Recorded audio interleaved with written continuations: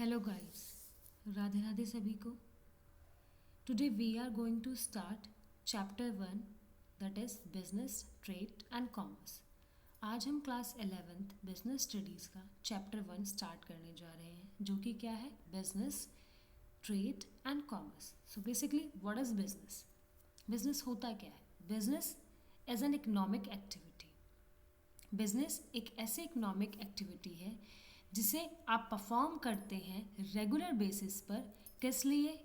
Procurement के लिए, या फिर क्या करने के लिए? Sales, marketing. मतलब बेसिकली बिजनेस के अंदर बहुत सारी चीज़ें इन्वॉल्व होती हैं, जहाँ पर आप क्या करते हैं, आपका मेन पर्पस होता है प्रॉफिट को अर्न करना। So, introduction of business is: business is an economic activity involving production, purchase, sales और exchange of goods and services. And जैसे मैंने आपसे पहले डिस्कस किया कि मेन जो वो होता है आपका, क्या कहते हैं, aim, that is earn profit by satisfying human needs, includes trade, commerce and industries. Then अभी हमने वर्ड पढ़ा था, that is your economic activity. So basically कि बिजनेस क्या है? एक इकोनॉमिक एक्टिविटी है जिसके अंदर आप क्या करते हैं, परचेज ऑफ गुड्स, सर्विसेज और सेल। जहाँ पर आप क्या करेंगे, परचेज करेंगे गुड्स और सर्विसेज का, या फिर आप सेल आउट करेंगे गुड्स और सर्विसेज का। तो बिजनेस के की फीचर्स क्या क्या होते हैं? It is economic activity. ये एक इकोनॉमिक एक्टिविटी होती है। इकोनॉमिक एक्टिविटी मीन्स बेसिकली जहाँ पर आपका मेन मोटिव क्या है कि किसी भी टास्क को परफॉर्म करना, परचेज करना या फिर सेल करना। किस लिए? जिससे कि आप क्या कर सके, अर्निंग कर सके। देन सेकेंड इज योर की फीचर और कैरेक्टरिस्टिक इज प्रोडक्शन और प्रोक्योरमेंट। प्रोडक्शन मीन्स या तो आप उसे प्रोड्यूस करेंगे या आप उसे खरीदेंगे। बेसिकली मतलब प्रोडक्शन का मतलब होता है कि जिस चीज़ को आप क्या कर रहे हैं, बना रहे हैं। बना किस ले रहे हैं? फॉर सेलिंग पर्पस, बेचने के पर्पस से। Third one is your sale और एक्सचेंज, यानी कि या तो आप क्या करेंगे, उसे बेचेंगे या फिर उसे एक्सचेंज करेंगे बिजनेस के अंदर। The next is your profit earning. Basically अगर आप बिजनेस कर रहे हैं तो आपके बिजनेस करने का मेन मोटिव क्या है कि आपको एक अच्छी प्रॉफिट अर्निंग हो सके। मार्केट में जितने भी शॉप्स हैं, मॉल्स हैं, या पर्टिकुलरली जो भी कोई बिजनेस परफॉर्म कर रहा है, उसका मेन पर्पस ही होता है प्रॉफिट की अर्निंग करना। Then after that, next one is your key feature is risk and uncertainty. Risk and uncertainty means अगर uncertainty होगी तो it means risk भी होगा। अनसर्टेनिटी का मतलब होता है जो कि सर्टेन नहीं है, मतलब जो हमें पता नहीं है कि इन फ्यूचर क्या होने वाला है। तो अनसर्टेनिटी होगी, it means in future risk भी होगा। और जितना ज़्यादा रिस्क होगा बिजनेस में, उतना ही ज़्यादा आपको क्या होगा, प्रॉफिट होगा। बेसिकली ये दोनों टर्म्स डायरेक्टली प्रोपोर्शनल होती हैं, रिस्क और प्रॉफिट दोनों ही। जितना ज़्यादा रिस्क उतना ज़्यादा ही आपका इन फ्यूचर क्या होने वाला होता है, प्रॉफिट होता है। Then last one is your regular dealing. Regular dealing basically business का मतलब ये नहीं है कि आज आपने कोई टास्क परफॉर्म करा और देन कल आप उसे परफॉर्म नहीं कर रहे हैं। बेसिकली सपोज करो कि एक पर्सन है जिसके पास फ़ोन है, उसने वो फ़ोन सेल किया और उससे उसे कुछ प्रॉफिट हो गया। 10,000 का वो फ़ोन था, उसने 12,000 में उसको सेल आउट कर दिया। इट मीन्स उसको 2,000 का प्रॉफिट हुआ। बट उसका ये डेली वर्क नहीं है, उसका ये काम ही नहीं है कि वो फ़ोन को लेकर किसी और को सेल आउट करता है। वो सिर्फ उसका एक दिन का टास्क था जो उसने परफॉर्म किया। So it is not your business activity और it is not your economic activity. आप इसे बिजनेस एक्टिविटी में इन्वॉल्व नहीं करेंगे क्योंकि आप इस वर्क को रेगुलर बेसिस पर या डेली बेसिस पर आप इससे डील नहीं कर रहे हैं। आप इसे बिजनेस कब बोलेंगे? अगर आपका ये डेली काम होता, अगर आपका ये काम है कि आप किसी और से या कंपनी से फ़ोन परचेज कर कर आप दूसरी मार्केट में सेल आउट या फिर मार्केट में सेल आउट करते हैं डेली बेसिस पर, दैट इज़ योर बिजनेस। तब आप इसको बिजनेस कंसिडर कर सकते हैं। बट अगर कोई भी टास्क आप डेली या रेगुलर बेसिस पर प्रॉफिट अर्निंग के पर्पज से परफॉर्म नहीं कर रहे हैं, so that is not your business. वो आपका बिजनेस नहीं होता है। सो बेसिकली हमने क्या सीखा? Business is an economic activity. It's involve production और purchase of goods and services for sale, sale के पर्पज से। देन आफ्टर डेट ऑब्जेक्टिव क्या है बिजनेस का, आपको बिजनेस परफॉर्म ही क्यों करना होता है. So we have two objective. First one is economic objective and social objective. इसमें आप एक ऑब्जेक्टिव और इन्वॉल्व कर सकते हो, that is your personal objective. So business का ऑब्जेक्टिव क्या है, economic objective. So what is economic objective. Economic objective क्या होगा, अगर कोई भी ऑर्गेनाइजेशन बिजनेस परफॉर्म कर रही है तो उसके एम्प्लॉयर का मेन ऑब्जेक्टिव क्या है. First one is profit earning करना, कि अगर मैंने कोई बिजनेस में अपना कैपिटल इन्वेस्टमेंट किया है, मैंने अपना पैसा लगाया है एक बिजनेस के अंदर, तो मेरा काम क्या है कि मैं क्या कर पाऊँ उस जो मैंने कैपिटल इन्वेस्टमेंट करी है उससे मुझे कुछ प्रॉफिट अर्निंग हो. मतलब मुझे मेरी कैपिटल तो वापस मिले ही, साथ साथ मैंने जो अपना टाइम अपने स्किल्स का यूज़ किया है उस बिजनेस को ग्रो अप करने के लिए, उससे मुझे कुछ प्रॉफिट अर्निंग हो. Second one is your market standing. It is very important objective, कि आप एक बिजनेस जब करते हैं तो आपका मेन पर्पस होता है उस मार्केट में अपने आप को सेटल करना, कि कैसे आप उस मार्केट के अंदर अपनी एक गुडविल क्रिएट कर सकते हैं, अपने आप को उस मार्केट के अंदर रख सकते हैं विदाउट लॉस. मेन आपका ऑब्जेक्टिव ये होता है कि किसी भी तरीके से हम एक मार्केट में स्टैब्लिश हो जाए, क्योंकि कंपटीशन बहुत होता है बिजनेस के अंदर. तो आपका मेन सेकंड पर्पज़ ये रहता है कि आप उस मार्केट के अंदर क्या हो जाए, अच्छे तरीके से सेटल हो जाए. देन नेक्स्ट है आपका इनोवेशन. बेसिकली अगर आप बिजनेस कर रहे हैं तो आपको उसमें कुछ ना कुछ इनोवेशंस, कुछ ना कुछ कंज्यूमर के डिमांड्स के अकॉर्डिंग चेंजेस लाने होंगे. Okay, so your economic object में भी क्लियर हो गया होगा आपको. Then next one is your social objectives. Social objective क्या है, basically we are the part of society. हम सोसाइटी का पार्ट हैं, तो हमें सोसाइटी के लिए भी कुछ एक्टिविटीज़ क्या करनी होती हैं, परफॉर्म करनी पड़ती हैं, बिकॉज बिजनेस और हम दोनों ही किसका पार्ट है, इस सोसाइटी का पार्ट है. सो first one is your providing goods at reasonable price. मतलब जो जिस चीज़ का आप बिजनेस कर रहे हैं या जिस भी गुड्स का आप वहाँ या सर्विसेज का आप क्या कर रहे हैं, बिजनेस कर रहे हैं, उसमें आपको क्या करना है, एक पर्टिकुलर रीजनेबल प्राइस रखना है. एक ऐसा प्राइस रखना है जिसे कि उस सोसाइटी के लोग अफोर्ड कर सके. आपको मतलब ज़्यादा हाई भी नहीं रखना है और ज़्यादा लो भी नहीं रखना है, क्योंकि ज़्यादा हाई रखेंगे तो जो सोसाइटी है वो अफोर्ड नहीं कर पाएगी, और ज़्यादा लो कर देंगे तो आपको उसमें फिर अपना लॉस हो सकता है. Next one is employment generation. Business, अगर कोई बिजनेस इस्टेब्लिश हुआ है तो एज यूजल आपको क्या चाहिए होंगे, एम्प्लॉयज़ भी चाहिए होंगे. तो इट मीन्स आपका ये वर्क है, ये आपकी ड्यूटी है, रिस्पॉन्सिबिलिटी है कि आप इस सोसाइटी का पार्ट हैं, तो आप एम्प्लॉयमेंट जनरेशन करें. मतलब कि जो हमारे यहाँ जो हमारी सोसाइटी के लोग अनएम्प्लॉयड हैं, आप उन्हें एम्प्लॉयमेंट प्रोवाइड करें.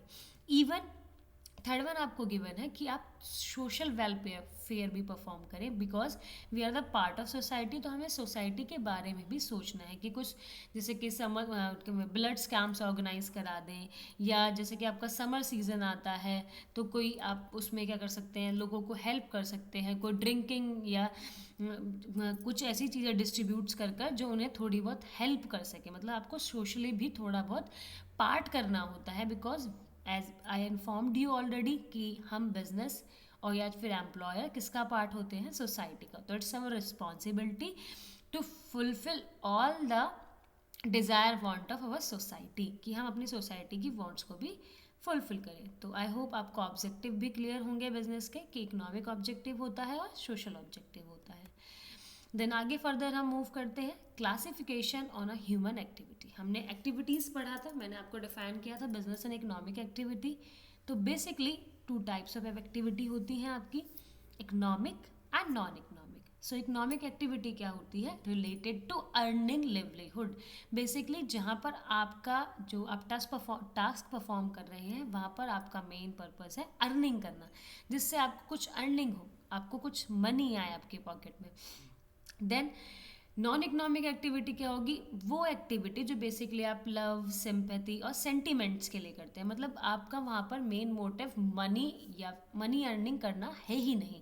आपका वहाँ पे मेन मोटिव क्या है कि आप उसे सिंपैथी के पर्पज से या सेंटिमेंट्स के लिए परफॉर्म कर रहे हैं. जैसे कि हम एग्जांपल ले सकते हैं कि जैसे मैं आपको पढ़ा रही हूँ, सो it is my economic activity, क्योंकि मैं आपको पढ़ा रही हूँ तो उससे मुझे कुछ ना कुछ अर्निंग होगी, या फिर हम स्कूल में टीचिंग करते हैं, that is our economic activity, वहाँ से हमें कुछ ना कुछ सैलरी मिलती है, तो इट मीन्स वो हम अर्निंग के पर्पज से कर रहे हैं। बट एज अ मदर जब मैं अपने बच्चों को पढ़ाऊँ या मैं चिल्ड्रंस मतलब अपने किसी रिलेटिव के बच्चों को पढ़ाती हूँ विदाउट एनी अर्निंग पर्पस, मतलब मुझे मेरा पर्पस वहाँ पर अर्निंग करना नहीं है, वो मेरी एक रिस्पॉन्सिबिलिटी है, वो मेरी एक ड्यूटी है जो मैं परफॉर्म कर रही हूँ, तो उसके लिए मुझे कोई अर्निंग नहीं मिलेगी। या जैसे हमारी मदर्स होती हैं, बेसिकली जो हाउस वाइफ्स होती हैं, हम उन्हें कुछ पे नहीं करते हैं, वो सिर्फ एक हमारे लव के लिए, हमारे केयर कंसर्न के लिए वर्क कर रही हैं, तो that is your economic activity, क्योंकि वहाँ पर हम उन्हें कुछ नहीं पे कर रहे हैं, ना ही उनका पर्पज़ है उस टास्क को परफॉर्म करने का कि उन्हें कोई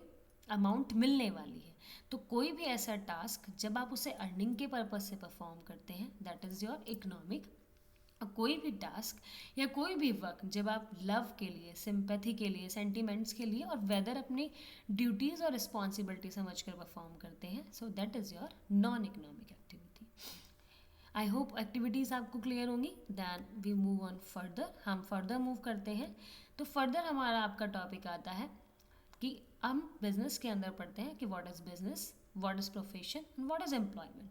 मतलब नंबर ऑफ बहुत सारे टास्क हमारी सोसाइटी में परफॉर्म होते हैं, तो हम इनका कंपैरिजन देख लेते हैं। बिजनेस मैंने आपको पहले ही क्लियर कर दिया है कि दैट इज़ इकोनॉमिक एक्टिविटी, जहाँ पर आप प्रोडक्शन करते हैं, और प्रिक्वायरमेंट भी बोल सकते हैं आप, sales of exchange of goods and services करते हैं, ठीक है। तो देन आगे अब हम पढ़ते हैं कि what is business, profession and employments. So तीनों के कंपैरिजन हम कर लेते हैं। फर्स्ट वन इज बिजनेस, जैसे मैंने आपको डिफाइन किया, production, purchase and sale of goods and services, मतलब जहाँ पर आपको क्या करना है, प्रोडक्शन करना है या परचेज करना है, किसका, सेल क्या करना है, मतलब गुड्स और सर्विसेज का परचेज और सेल आउट करना है। व्हाट इज प्रोफेशन, प्रोफेशन क्या है, एक स्पेशलाइज सर्विस है बेस्ड ऑन एजुकेशन और ट्रेनिंग, एक ऐसी सर्विसेज जो एजुकेशन और ट्रेनिंग पे बेस्ड होती है। लाइक लॉयर, अगर आपको लॉयर बनना है तो आपको कोई पर्टिकुलर डिग्री करनी पड़ेगी, देन 6 मंथ का आपको प्रैक्टिस करना पड़ता है। आफ्टर डेट आपको एक कोड ऑफ कंडक्ट होता है, मतलब बार काउंसिल से आपको क्या मिलता है, एक सर्टिफिकेट मिलता है कि that now you are lawyer and you are able to practise your profession, मतलब अब आप एबल हैं, अब आप वकील बन गए हैं, अब आप केस लड़ सकते हैं। तो इट मीन्स इसके लिए आप पर्टिकुलर ट्रेनिंग करते हैं, पर्टिकुलर आपको कोर्स करना पड़ता है, कोड ऑफ कंडक्ट होता है, जैसे कि डॉक्टर हो गया आपका, लॉयर हो गया, टीचर हो गया, आप क्या करते हैं उसी के रिगार्डिंग, उसी प्रोफेशन के रिगार्डिंग पर्टिकुलर एजुकेशन और ट्रेनिंग्स लेते हैं। Next one is your employment. Employment क्या है, work for other in exchange of salary और वेजेस, मतलब किसी दूसरे के लिए आप वर्क परफॉर्म कर रहे हैं और उसके रिगार्डिंग, उसके बदले में, उसके एक्सचेंज में आपको क्या मिलने वाली है, एक सैलरी या फिर वेजेस। आप इसे कैसे भी डिफाइन कर सकते हैं। सो बिजनेस में आप ये देख पा रहे हैं कि मतलब ये एक बिजनेस है जहाँ पर अपनी कैपिटल आपको इन्वेस्टमेंट करनी होती है। प्रोफेशन क्या है, आपको कैपिटल इन्वेस्टमेंट नहीं करनी होती है, बेसिकली आप कुछ अमाउंट इन्वेस्ट करते हो अपनी एजुकेशन और ट्रेनिंग के ऊपर, जिसमें आपको पर्टिकुलरली स्किल होना है। जैसे कि एक बार्बर है, उस बार्बर के लिए आपको पर्टिकुलरली हेयर कटिंग की ट्रेनिंग लेनी पड़ेगी, या फिर आपने सैलून खोला अपना, या आप वेदर कोई भी एक पर्टिकुलर ट्रेनिंग का कोर्स कर रहे हैं, तो उसके लिए आपको क्या करना पड़ेगा, उस फील्ड के रिगार्डिंग नॉलेज लेनी होगी और साथ साथ ट्रेनिंग भी लेनी होगी। एम्प्लॉयमेंट क्या है कि अगर सपोज करो आप कोई एम्प्लॉयमेंट कर रहे हैं, तो पर्टिकुलरली उसके लिए आपके पास डिग्री होगी, आपको एक पर्टिकुलरली कोई अलग से ट्रेनिंग लेने की रिक्वायरमेंट नहीं होगी कि भाई मुझे पर्टिकुलरली कोर्स करना है, देन मैं एप्लीकेबल हूँ उस एम्प्लॉयमेंट के लिए। जो उस एम्प्लॉयमेंट की रिक्वायरमेंट है वो अगर आप फुलफिल करते हैं, then you are able to join that employment. So basically हमने 3 चीज़ें यहाँ पर पढ़ी, business, profession and employment. Business एक ऐसी इकोनॉमिक एक्टिविटी है जहाँ पर आपको कैपिटल इन्वेस्टमेंट की रिक्वायरमेंट होती है, जहाँ पर आपका परचेज और सेल होता है गुड्स और सर्विसेज का। प्रोफेशन क्या है, एक ऐसा स्पेशलाइज सर्विस बेस्ड कॉन्सेप्ट होता है जहाँ पर आपको एक स्पेशल एजुकेशन और ट्रेनिंग की रिक्वायरमेंट होती है, ज़्यादा अमाउंट में कैपिटल इन्वेस्टमेंट की रिक्वायरमेंट नहीं होती है। दूसरा, बिजनेस और प्रोफेशन में प्रॉफिट अर्निंग के चांसेस होते हैं, एम्प्लॉयमेंट में प्रॉफिट अर्निंग के चांसेस नहीं होते हैं। बिजनेस में ज़्यादा रिस्क होता है, प्रोफेशन में थोड़ा कम, और एम्प्लॉयमेंट में ऐसे लॉस के रिगार्डिंग ऐसा कोई रिस्क नहीं होता है। देन आगे फर्दर मूव करते हैं, क्लासिफिकेशन ऑफ बिजनेस एक्टिविटी। सो हम बिजनेस एक्टिविटी को 2 पार्ट्स में क्या करते हैं, classify. First one is your industry and second word is your commerce, मतलब इंडस्ट्री और कॉमर्स। तो इंडस्ट्री आप किसे बोलेंगे, सपोज करो कि जितनी भी शुगर से रिलेटेड इंडस्ट्री है, मतलब जो इंडस्ट्री शुगर डेवलप करती है या जो इंडस्ट्री पेपर डेवलप करती है, तो सारी पेपर इंडस्ट्री को हम एक साथ मर्ज कर कर या सारी पेपर के टेक्सटाइल्स को मर्ज करके हम उसे इंडस्ट्री बना देते हैं कि that is paper industry, that is cloth industry, मतलब आपने उसका सब डिवीजन कर दिया। एंड देन नेक्स्ट वन आपका आता है कॉमर्स, ठीक है। तो इनको वन बाय वन देखते हैं। What is industry, activity concern with production and processing of goods, जहाँ पर आप प्रोडक्शन करते हैं या गुड्स की प्रोसेसिंग कर रहे हैं, दैट इज योर इंडस्ट्री। वो एक्टिविटी आपकी क्या कहलाती है, इंडस्ट्री कहलाती है। हमने जूनियर क्लासेस में भी पढ़ा है, प्राइमरी मतलब हमारी जो 6th 8th 7th क्लासेस होती हैं उनमें हमने पढ़ा है कि they are 3 types of industries, 3 तरीके की इंडस्ट्री होती है। First one is your primary, secondary and tertiary. So basically primary industry के अंदर क्या आता है कि ऐसी कोई भी चीज़ें जो आपको नेचर से मिल रही हैं तो वो आपकी क्या हो जाती हैं, प्राइमरी इंडस्ट्री। कैसी इंडस्ट्री हो जाती है आपकी, प्राइमरी। जैसे कि हम एग्रीकल्चर करते हैं, ठीक है, हम माइनिंग कर रहे हैं, हम फिशिंग कर रहे हैं, ठीक है, हम पैसिकल्चर कर रहे हैं, होल्डिकल्चर कर रहे हैं, सेरिकल्चर कर रहे हैं, पिशीकल्चर कर रहे हैं, that is all your primary activity. जहाँ से आपका क्या होता है कि सेकेंडरी एक्टिविटी के लिए आपके डोर्स ओपन हो जाते हैं। मतलब अगर बेसिकली प्राइमरी एक्टिविटीज़ परफॉर्म नहीं होंगी देन आप सेकेंडरी एक्टिविटी की तरफ मूव नहीं कर सकते हैं। सो हम मूव करते हैं सेकेंडरी एक्टिविटी की तरफ। व्हाट इज सेकेंडरी एक्टिविटी, जहाँ पर आपकी मैन्युफैक्चरिंग होती है, जहाँ पर आपका कंस्ट्रक्शन होता है। और ये सेकेंडरी एक्टिविटी किसके ऊपर बेस्ड करती है, प्राइमरी एक्टिविटीज़ के ऊपर। क्योंकि अगर प्राइमरी एक्टिविटीज़ आपको रॉ मटेरियल प्रोवाइड नहीं कराएंगी देन आप मैन्युफैक्चरिंग कैसे करोगे। सपोज आपकी कॉटन टेक्सटाइल्स होती हैं, तो कॉटन टेक्सटाइल किस पे बेस होगी, प्राइमरी एक्टिविटी मींस कॉटन पर। जब तक कॉटन ही प्रोड्यूस नहीं होगा देन आप फर्दर कॉटन टेक्सटाइल की तरफ मूव कैसे करेंगे, वहाँ से आप फाइबर कैसे डेवलप करेंगे। एक फैब्रिक नहीं बनेगा देन फैब्रिक से क्लोथ कैसे डेवलप होगा, फाइबर से फैब्रिक बना देन उसके बाद आपको क्या करना है, फर्दर उसको शर्ट्स, टी शर्ट, वेदर किसी भी क्लोथ में कन्वर्ट करना है देन आप उसे फिर कन्वर्ट कर सकते हैं। And third one is your tertiary activity. Tertiary basically क्या है, एक सर्विस प्रोवाइडिंग सेक्टर है, एक सर्विस प्रोवाइडिंग इंडस्ट्री होती है जो कि प्राइमरी और सेकेंडरी की हेल्प करती है। बेसिकली प्राइमरी से आपको रॉ मटेरियल मिला, सेकेंडरी से आपने अपना गुड्स प्रोड्यूस कर लिए, बट टर्शरी में क्या है, सपोज करो आपको इस गुड्स को सप्लाई करना है एक स्टेट से दूसरे स्टेट में, देन आपको क्या होगा, टर्शरी की रिक्वायरमेंट होगी, मीन्स आपको टर्शरी एक्टिविटी की हेल्प लेनी पड़ेगी। मीन्स आपको ट्रांसपोर्ट की फैसिलिटी चाहिए तो उसके लिए आपको टर्शरी की हेल्प लेनी पड़ेगी। आपको अपने प्रोडक्ट का एडवर्टाइजमेंट करना है देन आपको टर्शरी की क्या करनी पड़ेगी, हेल्प लेनी पड़ेगी। देन आगे मूव करते हैं हमारा second part, that is commerce. So what is commerce, commerce is an activity that facilitate exchange of goods and services. Commerce एक ऐसी एक्टिविटी है जहाँ पर आप गुड्स और सर्विसेज का क्या करते हैं, एक्सचेंज करते हैं। इसके भी 2 कंपोनेंट होते हैं, first one is trade and second one is auxiliaries of trade. Auxiliary means सुनने में बहुत हैवी वर्ड लग रहा है but is auxiliary means help, जो कि हेल्प करता है ट्रेड्स की, जो कि ट्रेड्स के जितने भी हिंड्रेंस हैं उनको रिमूव करता है। सो ऑक्सिलरी ट्रेड्स के बारे में हम अभी और पढ़ेंगे डिटेल्स में। पहले हम पढ़ लेते हैं what is trade. Trade basically है क्या, सो it is very simple, buying and selling of goods. जहाँ पर आप एक गुड्स को बाय कर रहे हैं एंड सेल कर रहे हैं, that is your simply trade होता है।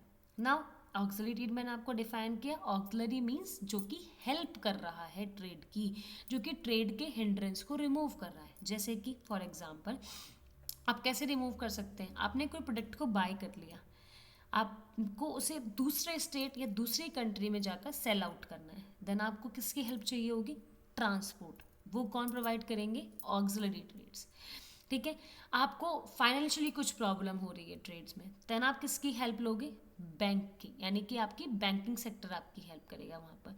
सपोज करो आपको इनसिक्योरिटी फील हो रही है, आपको लग रहा है कि आपका गुड्स ऐसा है कि एक जगह एक प्लेस से दूसरे प्लेस पे ट्रांसफ़र करते वक्त उसमें किसी भी तरीके की कोई प्रॉब्लम हो सकती है, वो प्रोडक्ट ख़राब हो सकता है, देन आप उस टाइम पीरियड पर क्या लेंगे, अपनी इनसिक्योरिटी को ख़त्म करने के लिए हम वहाँ से इंश्योरेंस की तरफ मूव करेंगे। मतलब हमारी इस प्रॉब्लम को कौन रिमूव करेगा, दैट इज इंश्योरेंस।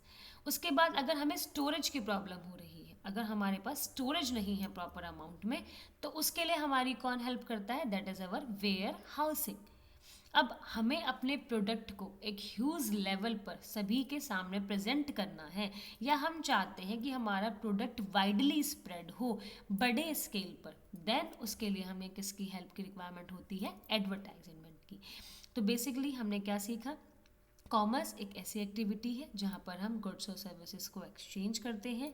इसके भी दो कंपोनेंट होते हैं, trade and auxiliaries of trade. Trade means buying and selling of goods, और ऑक्सिलरी ट्रेड्स बेसिकली हेल्प करती हैं ट्रेड में, जो भी उनकी छोटी मोटी हिंड्रेंस होती है, छोटी मोटी प्रॉब्लम्स होती हैं कॉमर्स को परफॉर्म करते वक्त, उन्हें रिमूव करने के लिए।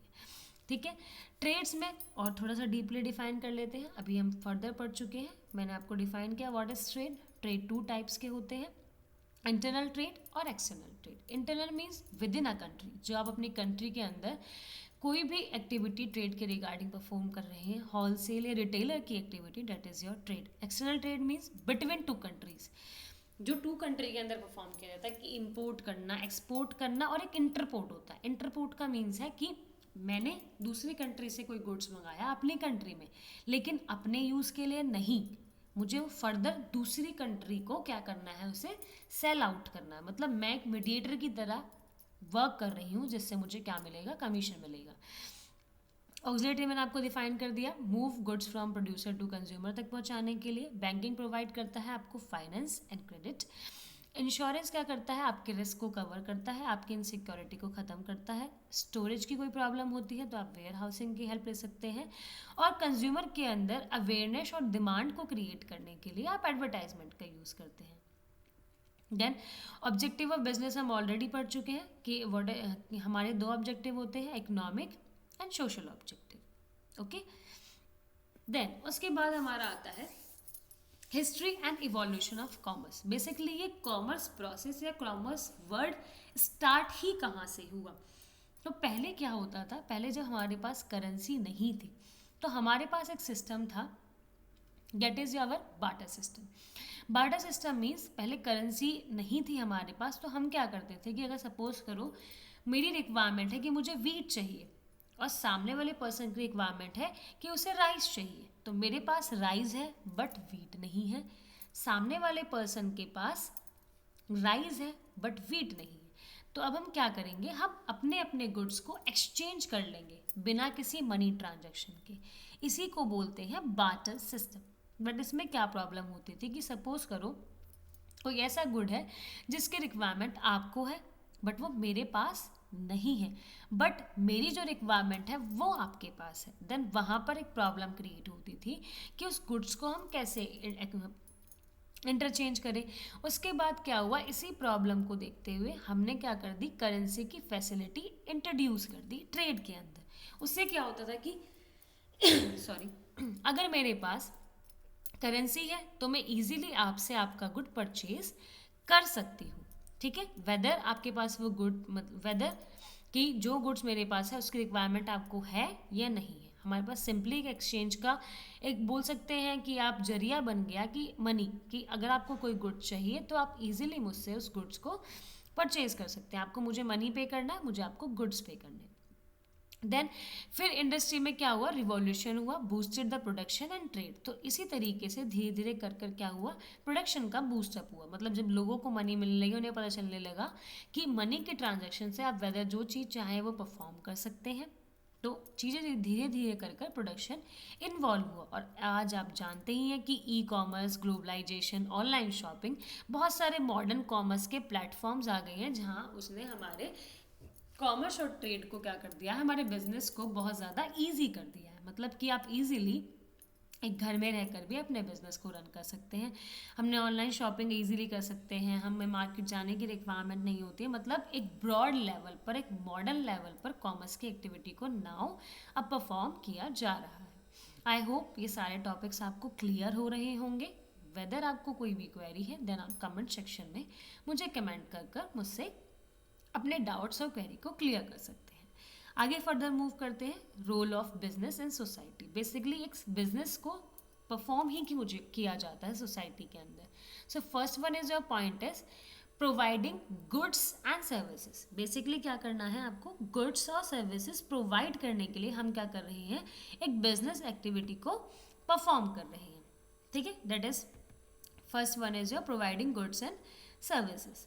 Then next is your generate employment, मतलब आप अपनी सोसाइटी में एम्प्लॉयमेंट जनरेट करना चाहते हैं, इसलिए आप क्या कर रहे हैं, इस बिजनेस एक्टिविटी को परफॉर्म करते हैं। After that is contribution to national income, national income में कॉन्ट्रीब्यूट करने के लिए। सो फर्स्टली हम समझते हैं व्हाट इज नेशनल इनकम क्या होती है। नेशनल इनकम मीन्स एक किसी भी कंट्री की कितनी इनकम हो रही है टोटल 1 ईयर में। तो अगर हम बिजनेस परफॉर्म करेंगे हमारा प्रॉफिट होगा, हम नंबर ऑफ पीपल को क्या दे रहे हैं, एम्प्लॉयमेंट दे रहे हैं, तो उनकी भी एक पर्टिकुलर अर्निंग हो रही है। इट मीन्स हमने अर्न किया, हमारे साथ जो सोसाइटी के लोग वर्क कर रहे हैं उन्होंने भी अर्न किया, तो इस अर्निंग से क्या हुआ, हमारी जो नेशनल इनकम है उसमें एक ग्रोथ आया, उसमें एक बूस्टअप हुआ कि आप वहाँ पर क्या कर सकते हैं, ईजिली अपने सारे टास्क को आप परफॉर्म कर सकते हैं। ओके, देन नेक्स्ट है आपका improve the standard of living. Standard of living कैसे इम्प्रूव कर सकते हैं भैया आप, अगर आप बिजनेस परफॉर्म कर रहे हैं, आपने लोगों को एम्प्लॉयमेंट दिया, उनकी अर्निंग इम्प्रूव हुई, आपकी अर्निंग इम्प्रूव हुई, और जब आपकी अर्निंग इम्प्रूव होगी तो आप अपनी सोसाइटी में एक अच्छे स्टैंडर्ड में रहना चाहेंगे, अपने लिविंग स्टाइल को इम्प्रूव करना चाहेंगे, गुड क्वालिटी ऑफ गुड आप यूज़ करना चाहेंगे अपनी लाइफ में, अपनी मीन्स अपने आप को आप इम्प्रूव करेंगे। तो रोल ऑफ बिजनेस में हमने क्या क्या पढ़ा, हमें गुड्स और सर्विस प्रोवाइड करते हैं, एम्प्लॉयमेंट जनरेशन होती है, नेशनल इनकम में आपका कंट्रीब्यूशन होता है, और आपका लिविंग स्टैंडर्ड क्या होता है, इम्प्रूव होता है। ये तो था बिजनेस का रोल। अब उस बिजनेस से होने वाले प्रॉफिट का क्या रोल है, essential for survival and growth. किसी भी बिजनेस के सर्वाइवल और ग्रोथ के लिए उसकी प्रॉफिट की रिक्वायरमेंट बहुत ज़्यादा इम्पॉर्टेंट होती है, कि अगर आपको लॉस हुए जा रहा है तो एक टाइम पीरियड के बाद आपको भी लगेगा शायद इस बिजनेस को मुझे अब क्लोज कर देना चाहिए, बट आपको लिटिल बिट अमाउंट में भी अगर प्रॉफिट अर्निंग हो रही है तो आपको एक होप रहती है, एक ग्रोथ शो होता है कि yes our business is on growing period, मतलब हमारा बिजनेस ग्रो कर रहा है, डेवलप कर रहा है, डेवलपिंग स्टेज पर है। Then second one is your not sole objective, मतलब एक सिंगल ऑब्जेक्ट नहीं है, must balance with social responsibility. Profit का काम क्या है कि सोशल रिस्पॉन्सिबिलिटी को भी वो क्या करता है, बैलेंस करके चलता है। एक सिंगल कोई उसका ऑब्जेक्टिव नहीं है कि बस हमने सिर्फ प्रॉफिट कमा लिया, हमारी चीज़ें फुलफिल हो गई। अगर प्रॉफिट अर्निंग हो रही है तो उससे हमारे जो एम्प्लॉयज़ हैं उन्हें भी मतलब एक बूस्टअप मिलता है कि ऐसा हमारी कंपनी ने बहुत अच्छा परफॉर्म किया है, नेक्स्ट टाइम हम और ज़्यादा अच्छा परफॉर्म करेंगे।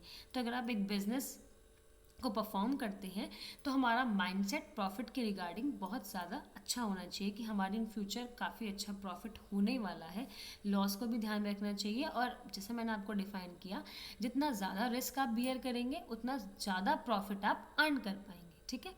मोर pain and then more gain. Then आगे फर्दर मूव करते हैं, what is business risk. Business risk पढ़ लेते हैं। जब इतना रिस्क वर्ड हम यूज़ कर रहे हैं कि रिस्क लेने से ज़्यादा प्रॉफिट होगा, तो what is business risk, basically होता ही क्या है।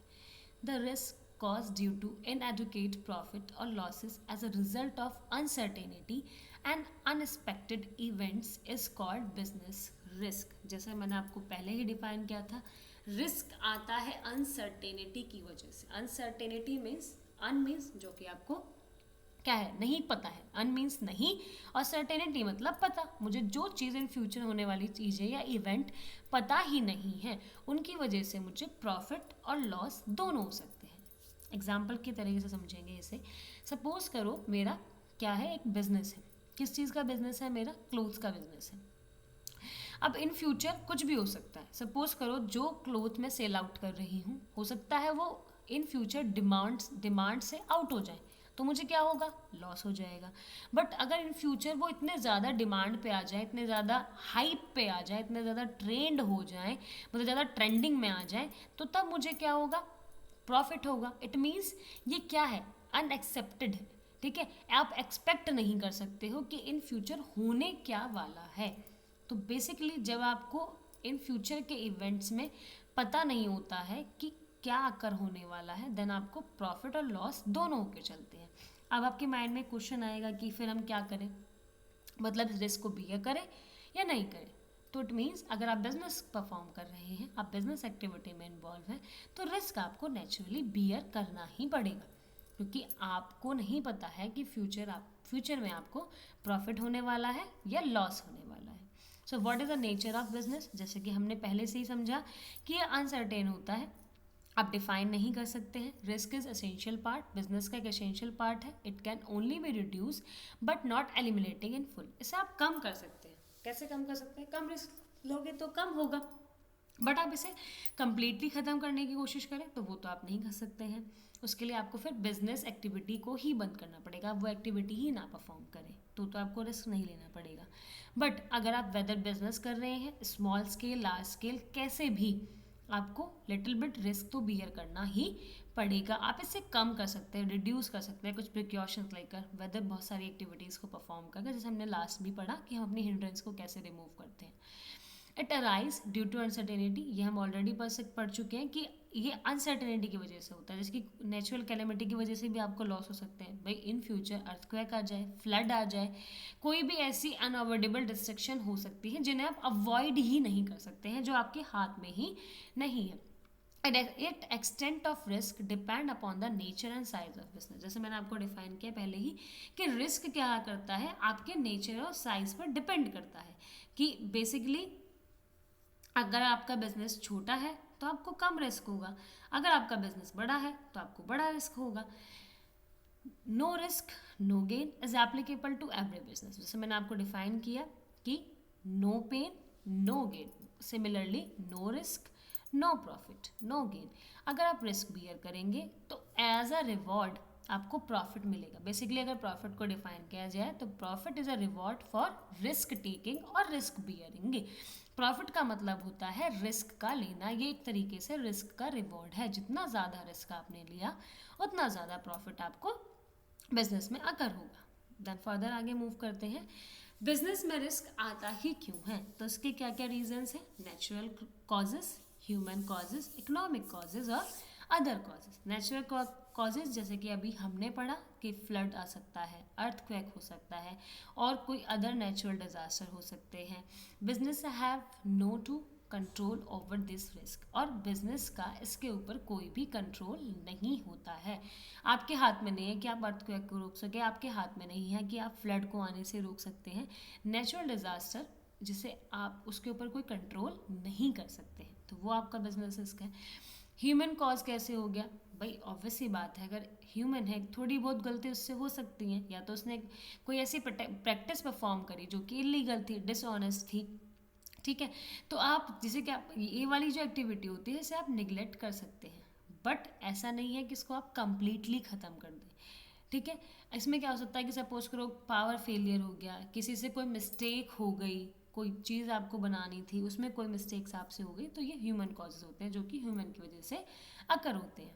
इकोनॉमिक कॉजेज़ क्या है? इकोनॉमिक कॉजेज़ तो कुछ भी हो सकता है, जैसे कि कोई टेक्नोलॉजी में चेंज हो गया, कोई पॉलिटिकल डिस्ट्रीब्यूशन हो गया, टैक्सेस इंक्रीज हो गए, कम हो गए, प्राइस में फ्लक्चुएशन हो गया, मतलब ऐसा कोई भी टास्क जो कि उसके इकोनॉमिक पर अफेक्ट कर रहा है, जैसे टेक्नोलॉजी चेंज हो जाना, डिमांड का अप एंड डाउन हो जाना, ट्रेड किसी भी ट्रेंडिंग चीज़ मतलब कोई चीज़ ट्रेंडिंग में आ जाना या ट्रेंडिंग से आउट हो जाना, तो उसका भी उससे भी क्या होता है, आपका रिस्क इंक्रीज होता है, और ये किस में इन्वॉल्व होता है? इकोनॉमिक कॉजेज में। अदर कॉजेज क्या होते हैं? अदर कॉजेज होते हैं मतलब ऐसे फैक्टर्स जो कि इन सारी चीज़ों में इंक्लूड नहीं है, जैसे कि एक्सचेंज होना, रेट का फ्लक्चुएशन हो जाना, ये क्या है? Other causes. या सडनली कोई ऐसा इवेंट अगर हो जाना, जैसे कि कोविड आ गया था, तो वो किसी को भी नहीं पता था उस चीज़ के रिगार्डिंग, ठीक है, और रेंडमली एकदम से लॉकडाउन अकर हो गया, सबके बिजनेस क्या हो गए, धीरे धीरे मतलब ख़त्म होने लगे, पूरे जितनी भी इंडस्ट्री थी वो धीरे धीरे ख़त्म हो रही थी, क्योंकि आपके पास क्या था, वो एम्प्लॉयज़ नहीं थे टास्क परफॉर्म करने के लिए, आपको डिस्टेंस मेंटेन करना था, लोग जितने मतलब जो थोड़े बहुत थे वो वर्क फ्रॉम होम परफॉर्म कर रहे थे, लेकिन सारे बिजनेस इस तरीके से तो वर्क नहीं कर सकते, जिनका काम प्रोडक्शन का है उन्हें जाके प्रोडक्शन करनी पड़ती, देन आगे वो उसको सेल आउट करते फर्दर। तो इस तरीके के कॉजेज़ क्या हैं, आपके बिजनेस को अफेक्ट करते हैं। उसके बाद क्या है? Factor for starting business. हमने बिजनेस पढ़ लिया, बिजनेस में रिस्क होता है, बिजनेस में प्रॉफिट होता है, क्या क्या चीज़ें एक्टिविटी परफॉर्म होती है वो सब हम पढ़ चुके हैं। नाउ अब पढ़ते हैं कि अगर एक बिजनेस को हमें स्टार्ट करना है तो हमें क्या देखना पड़ेगा। तो चूज़ द नेचर। सबसे पहले आप नेचर देखो कि आप बिजनेस किस नेचर का है, मतलब प्राइमरी में आ रहा है, सेकेंडरी में आ रहा है, टर्शरी में आ रहा है, and the size of business based on the market demand and personal expertise. आपको क्या करना है, फिर साइज को देखना है मार्केट के डिमांड को लेकर कि आपका जो बिजनेस है वो किस तरीके का होना चाहिए। अगर आपको रेस्टोरेंट ओपन करना है, सपोज करो आपको रेस्टोरेंट का बिजनेस, मतलब restaurant as a business activity में आपको इन्वॉल्व करना है, देन आपको क्या चाहिए, रेस्टोरेंट के लिए एक पर्टिकुलर स्पेस एरिया होना चाहिए, एक अच्छा सा इन्वायरमेंट होना चाहिए, ठीक है।